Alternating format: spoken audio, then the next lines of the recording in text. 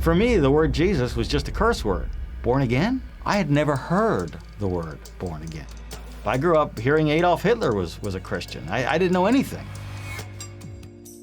I grew up Jewish. My mom's a Jew, my dad's a Jew. Went to Shabbat services. We never missed the high holidays. I was bar mitzvahed with Rabbi Arthur Hertzberg, Vice President of World Jewish Council. And I remember one time somebody held about a 4 or 5 inch knife to my chest because I was wearing a Star of David. We had a babysitter, and one day the babysitter had us over her house instead of over our house. And I remember coming down her stairs and looking over to the left over the banister at the fireplace, and there was this picture that just caught my eye, and I said, wow, who is that? I heard her answer. It was, that's the Son of God. And I went home that day and I said, Mom, guess what I saw today? I saw a picture of the Son of God. And she said, we don't believe that. My parents divorced when I was 5 years old. I didn't realize how much it devastated me. It just created like a bunch of fissures and brokenness down in my heart. And before long, as I got older, I started to fall into drugs and other kinds of bad behavior.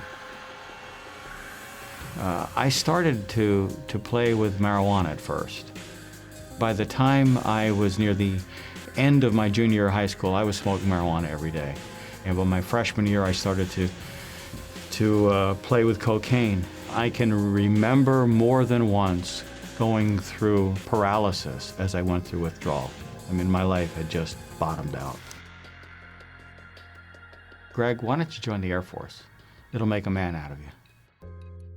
And there was this pilot who would come out to my post. I'd be guarding his plane, and he would bring me a cold drink, and he would ask me questions about Judaism. I found his questions to be honoring about my background. And one day he said to me, would you like to go to church with me? And I said, well, yes, sir. But I was only being polite to him. I didn't really want to go.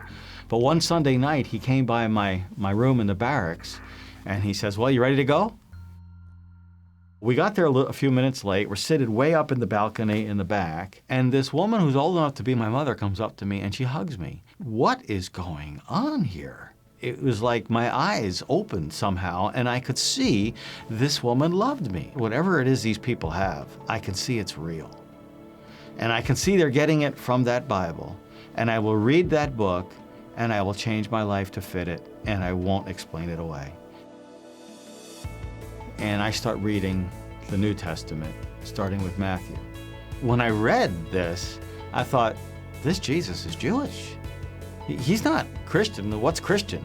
He's Jewish. This is a Jewish book about a Jewish man. I just knew that my life had started over. It felt like somebody took a bucket of light and dumped it on my head. I was such a changed person when the Lord came into my life that the executive commander over me in the Air Force actually sent me for a psychological evaluation because I was grinning all the time. But the psychiatrist came back with the evaluation. He said, you know what, there's nothing wrong with you. We wish everybody were like you. My family, they were not happy about this. I actually think that they would have preferred that I just stayed a drug addict. I was always proud of my Jewish heritage. I loved it. But I also found that it didn't have any power to keep me from falling into, frankly, drugs and other kinds of illicit behavior. They would prefer that I stay a drug addict than believe in Jesus. Jesus had set me free. One of the happiest moments of my life was when my mom was 82 years old and she accepted the Lord. 4 years later, as my mom was on her deathbed in the hospital, she turned away, she looked straight in front of her, and I heard my mom say this, Jesus, would you take good care of my son? He's a good man.